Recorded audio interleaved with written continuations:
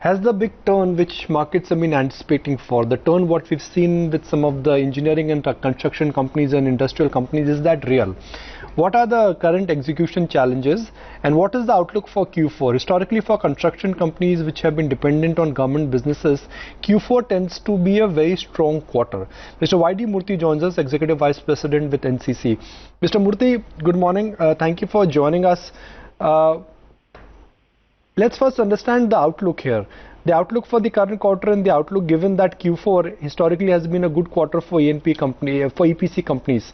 Will 2018 or will FY19 be any different from what the previous years have been? Yeah, actually the execution has picked up quite nicely during the last 6 months. That is FY19, first 6 months of the current year, and that is likely to continue in the remaining 6 months of the FY19. And at this point in time, we are very confident and comfortable as far as execution and turnovers are concerned. For example, we have given a guidance of 45% top line growth in FY19. We are on course to achieve that, having achieved about 5,500 crores in the first 6 months of the current year. One thing I want to say is, many of these government agencies, like say Airport Authority, National Highway Authority, All India Institute of Medical Sciences, all are central government agencies, and once the budgets are allocated and orders are given, election or no election, if the work is done, contractors will be paid. So these orders will not have any much impact on account of elections. That is one thing we are looking at, and so we are confident that we will achieve the guidance that we have given. The other thing is, maybe at the state government level, some order accretion may slow down in the fourth quarter, mainly because people are busy with elections and things like that. Nevertheless, we are confident the execution pickup has started in FY19 quite nicely for most of the construction companies, including us. Rohan Suryavanshi also joins in with his perspective on how things are shaping up in the industry. Rohan, do you see on the ground activity picking up and that getting reflected in margins for companies such as yourself? I mean, is there enough muscle power to draw profitability from these projects? Hi, first of all, thank you for having me on your show, guys. Absolutely, as my esteemed colleague was also mentioning that the activity on the ground has picked up, and this is because the government has given a record number of orders out. So the orders have already been given out. The money for them they're already having in the kitty. So now all that the construction companies need to do is execute, and I think that is what all of us are right now focusing on. All of us have at least a 3 to 5 year forward-looking order book in hand, and execution is what is happening. And whether again Sir had mentioned, elections or no elections, work is on, payments are coming on time, and we are all looking forward for a very good financial year this year, and also for the next couple of years, given the high order book.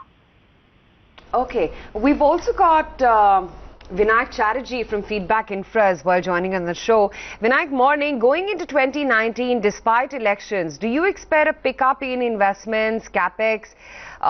Since 10 years, Capex has not really shown a massive pickup, and now some signs are just about coming in, and those yellow weeds are emerging. Well, the broad answer is yes. I am as enthusiastic about a vigorous pace of execution as your other panelists today. I think there are a few factors working on this. The government across most central ministries and many state governments are in a sense on overdrive to issue as many work orders as well as show completion of projects that were flagged off by dignitaries from PM downwards, where foundation stones have been laid and completion deadlines have been announced. So there are two kinds of pressures, both positive, I would say, on the Indian construction sector. One is a spurt in order booking because they really want to give out a lot of orders before the election code of conduct sets in. And they also want to show completion. So the combination of this, to my mind, will lead to a certain sense of high till about mid-March. It's a good time for vigorous execution. It's a good time for booking orders. Come mid-March till about September, October, I expect the order booking action to flatten considerably as election code of conduct kicks in, which I'm expecting by mid-March. So it's normally 60 days. So if you expect elections in early or mid-May, then by mid-March, announcement of new projects, issuance of fresh orders will certainly plateau and will not come back till September, October once a new setup is in place. So in the immediate visibility, good times ahead till February, maximize on order book, maximize on vigorous execution, and of course, without saying, manage the biggest challenge of all, which is liquidity and cash flows and working capital. Slowly, the NBFC system is also getting back into gear with good orders. Banks, companies back with good order books. Banks are giving orders. The order books of construction companies, as has been said, at a low or around 2.5 to 3x. For some companies, it is as high as 5x of annual revenues. So this is the broad take, and the sectors that are showing action are really, as obviously, roads and highways, but increasingly a huge amount of order book is coming in from railway and metro, as well as from the revival of urban infrastructure and housing projects. But let me stop here. Very quick follow-up question. Everyone is sounding rosy on the panel about EPC activity picking up. But if I look at a very simple data, steel demand for the month of November and cement dispatch numbers for the month of October and November, how come there is no excitement there? Well, I don't know. I mean, you're looking at dispatch figures, but if you look at the figures of the best indicator for construction, to my mind, is cement. Because steel actually goes into many other sectors like automotive, consumer durables, etc., etc. The real demand of the kind of infra demand we're talking about, the best indicator is cement. And if you see cement production figures for the last 4 to 5 months, they are either in double digits or in very high double digits, going up from 13-14% to 17-18%. Now the cement companies would not be producing, if these are production figures, and these are not dispatch figures, but cement companies are not idiots. They would not be producing at such high numbers and submitting official production figures if there wasn't a visible pickup in the market. So cement demand is the best collateral indicator of demand, general demand in the infrastructure sector, and last 4 months has been reasonably high double-digit cement production growth. Rohan, do you believe that the upcoming 2019 elections could have a material impact on businesses such as yours, and the government could overall see maybe a slowdown in spending or, project nods coming in? And also, since we've just concluded with the state election result, how is that likely to impact your business, considering a large part of your revenues does come from the state of Madhya Pradesh? So first, let me address the first question that you asked. I don't foresee that the 2019 general elections will have a material impact on business, because this is an activity that happens every 5 years, and as history is, if you go back and look at it, it's quite evident that any government which comes to power has now understood that infrastructure is extremely important. So let's say if it's a BJP-led coalition, then we know for sure that the BJP loves to make infrastructure and they'll do it. Now, if it's a Congress-led coalition, now, the coalition members, if you think about it, whether it's the TRS or the TDP, DMK, all these states, if you look at, Telangana or Andhra Pradesh, all these states, or UP, when Akhilesh was in power in UP, he was talking about building more and more infrastructure. Telangana, the amount of work that's happening in infrastructure is huge. Same thing for Andhra. So all these parties themselves realize that building infrastructure is a very, very important part of any economy, and they've all gone on overdrive. So let's say if it's this government or any other government of coalition partner as well, I think, the infrastructure story will continue. At what pace, that obviously needs to be seen, but I don't think that there will be a material difference.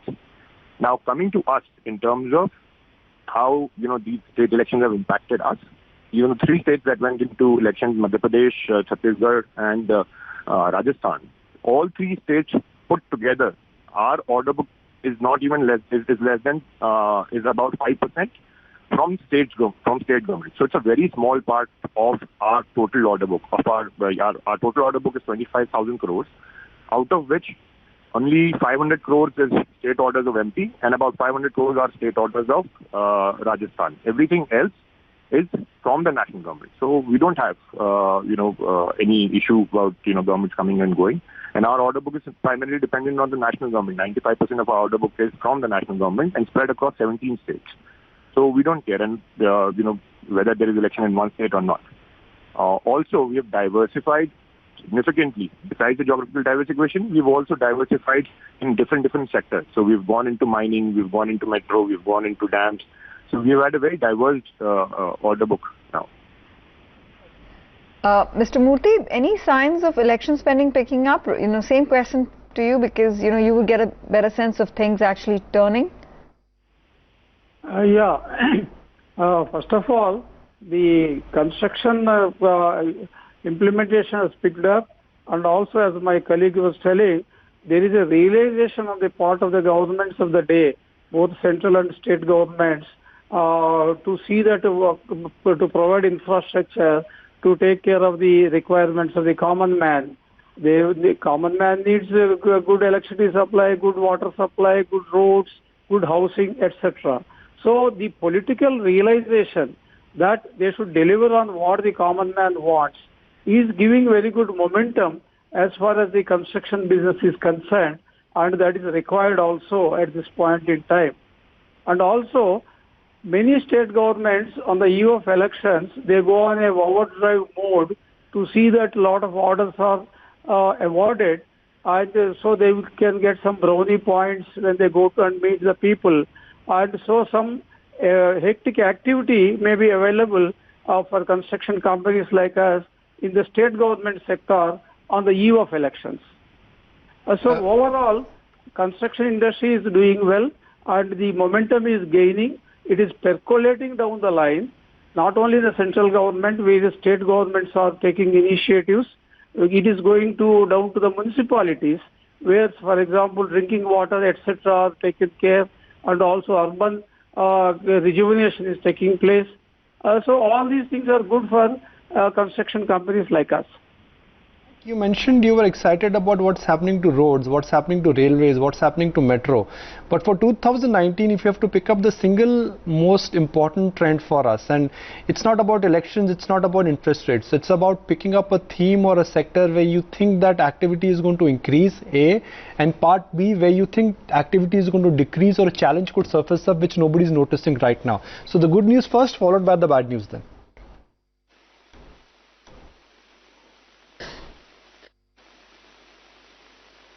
Vinayak, that question was for you. Oh, sorry, I didn't realize that. Okay, so this question is addressed to me. I think the sectors, see, roads and highways is now a no-brainer. Everybody tracks it. Everybody's got the last decimal point in place about orders issued, execution on the ground, kilometers per day and all that. So that's a no-brainer. And as you would have noticed, everybody is saying that that is certainly to be applauded, and it is contributing significantly to the order books of construction companies. No quarrel on that. But the segment that I think does not get enough attention is the increasing order book in rail and metro. In railways, for example, if you track the orders being issued for tracks, either for new tracks or for renewal and bypasses, as well as for railway electrification, you'll be surprised to see the sheer quantum that's coming out of railways, and now add the metro projects to that. So that's a segment to watch. The other is transmission and distribution. I think there is a lot of talk in the newspapers about 100% electrification of all households. I understand from the ground that the program is moving at a vigorous speed, and it's not just about connecting households, it's also about the last mile connectivity of transmission. So building of, the demand for transformers, insulators, cables, etc., etc. So the two sectors to watch to my mind over and above highways is rail and metro, and transmission and distribution, and I don't think analysts are paying adequate attention to the size of the order books emanating from these two sectors. Okay, gentlemen, we leave it at that. Thanks very much for joining us with your assessment of how things stand when it comes to the investment cycle and the pickup in infrastructure activity getting into the new year ahead of course, the all-important general elections in 2019.